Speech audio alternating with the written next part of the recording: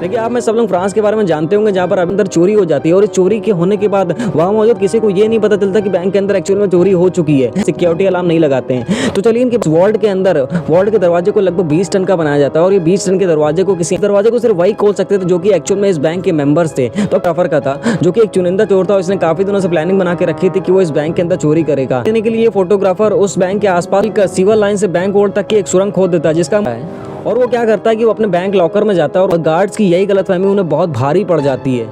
इन AdSense violence, जिसका मतलब होता है चोरी बिना हथियार के, बिना किसी नफरत के और बिना किसी हिंसा के। और ये चोर यहाँ से जाते जाते लगभग 110 मिलियन यूएस डॉलर को चुरा के ले जाते हैं।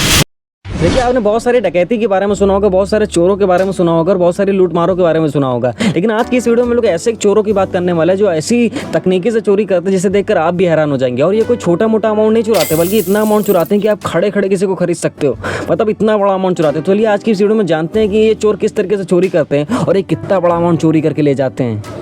देखिए आप में सब लोग फ्रांस के बारे में जानते होंगे, जहाँ पर अभी के समय एफिल टावर मौजूद है। वहीं मैं आपको बता दूं कि ये बात 19 जुलाई 1976 की जब फ्रांस के नीस शहर में सोसाइटी जनरल बैंक के अंदर चोरी हो जाती है और इस चोरी के होने के बाद वहाँ मौजूद किसी को ये नहीं पता चलता कि बैंक के अंदर एक्चुअल में चोरी हो चुकी है, क्योंकि वहाँ के लोगों का ये मानना था कि यहाँ की सिक्योरिटी इतनी टाइट है कि कभी यहाँ चोरी हो ही नहीं सकती, जिसकी वजह से ये बैंक के अंदर कहीं पर भी कोई सिक्योरिटी अलार्म नहीं लगाते हैं। तो चलिए इनकी बात कर लेते हैं कि इनकी सिक्योरिटी किस तरीके की थी। देखिए इनकी सिक्योरिटी में ये शामिल था कि चारों तरफ गार्ड मौजूद रहते थे हमेशा, और साथ ही साथ इस वॉल्ट के अंदर वॉल्ट के दरवाजे को लगभग 20 टन का बनाया जाता है और ये 20 टन के दरवाजे को किसी आम इंसान के द्वारा खोल पाना संभव ही नहीं था। मतलब किसी नॉर्मल इंसान के द्वारा इस दरवाजे को खोल पाना पूरी तरीके से असंभव था और इस दरवाजे को सिर्फ वही खोल सकते थे जो कि एक्चुअल में इस बैंक के मेंबर्स थे। तो अब क्वेश्चन ये आ जाता है कि चोरों ने दरवाजे को किस तरीके से खोला।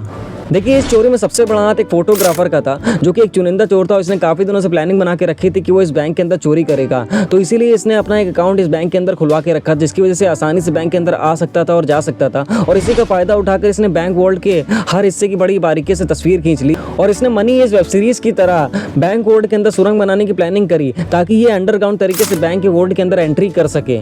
और इस काम को अंजाम देने के लिए फोटोग्राफर उस बैंक के आसपास की जितनी भी सीवर लाइंस होती हैं उस सबका पूरा नक्शा निकाल लेता है और इसके बाद सुरंग बनाने के लिए वो एक गैंगस्टर से कांटेक्ट करता है।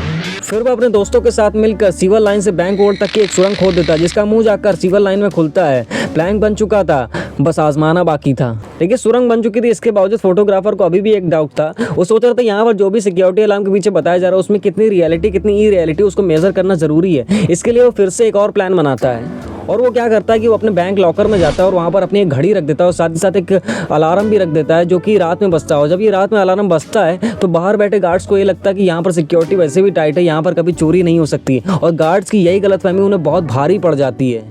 और जब फोटोग्राफर का ये डाउट क्लियर हो जाता है और उन्हें एहसास हो जाता है कि अब सब कुछ सेफ है, तो वो सुरंग के सहारे उस बैंक के वॉल्ट के अंदर एंट्री कर जाते हैं और काफ़ी सारा धन लूटने भी लगते हैं और साथ ही साथ कई लॉकर्स को तोड़कर कीमती सामानों को भी चुराने लगते हैं। और आपको ये जानकर हैरानी हो कि ये चोर यहाँ पर लगभग 27 घंटों तक रहते हैं और यहाँ पर ये लंच और डिनर करके जाते हैं और साथ ही साथ जाते जाते ये बैंक वॉल्ट के दरवाजे के नॉक पर आयरन वेल्डिंग करते हैं, जिसकी वजह से पूरा दरवाजा फ्रीज हो जाता है। और ये चोर जाते जाते एक मैसेज भी छोड़कर जाते हैं। ये फ्रेंच लैंग्वेज में लिखते हैं सन्स आर्म्स सन्स हेन एट सन्स वायलेंस, जिसका मतलब होता है चोरी बिना हथियार के, बिना किसी नफरत के और बिना किसी हिंसा के। और ये चोर यहाँ से जाते जाते लगभग 110 मिलियन यूएस डॉलर को चुरा के ले जाते हैं, जिसकी इंडियन करेंसी में कीमत लगभग 900 करोड़ के आसपास है। देखिए इस डकैती की गिनती दुनिया की सबसे बड़ी डकैतियों की गिनती में होती है।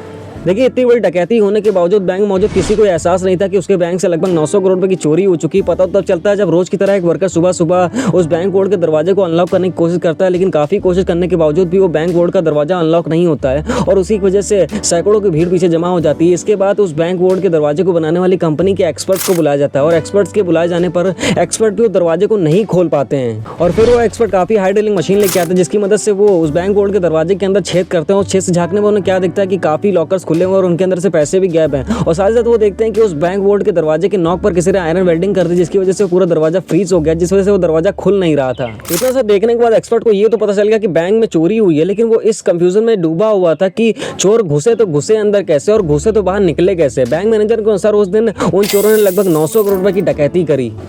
फिर क्या था, पुलिस उन चोरों की तलाश में लग जाती है, लेकिन पुलिस को भी समझ में नहीं आता कहाँ से इन्वेस्टिगेशन चालू करी जाए, क्योंकि उन चोरों ने कोई भी सुराग छोड़ा ही नहीं था और पुलिस की काफ़ी इन्वेस्टिगेशन करने के बावजूद भी पुलिस उन चोरों को नहीं पकड़ पाती है। लेकिन गनीमत तो ये रहती कि उनमें से एक चोर अपनी दोस्त के चक्कर में आकर एक गलती कर बैठता जिस वजह से पुलिस उसे पकड़ लेती है, और पुलिस के काफ़ी इन्वेस्टिगेशन करने के बाद वो सभी चोरों के नाम बता देता है और सभी चोरों को पकड़ लिया जाता है। और पुलिस के इन्वेस्टिगेशन के बाद ये पता चलता है कि उस फोटोग्राफर का जो एक्चुअल नाम था वो एल्बर्ट स्पाई जायरी था। आशा करता हूँ कि डकैती वाली कमेंट्री आपको अच्छी लगी होगी। अगर अच्छी लगी हो तो वीडियो को लाइक करो, चैनल को सब्सक्राइब करो। तो मिलते हैं नेक्स्ट वीडियो में।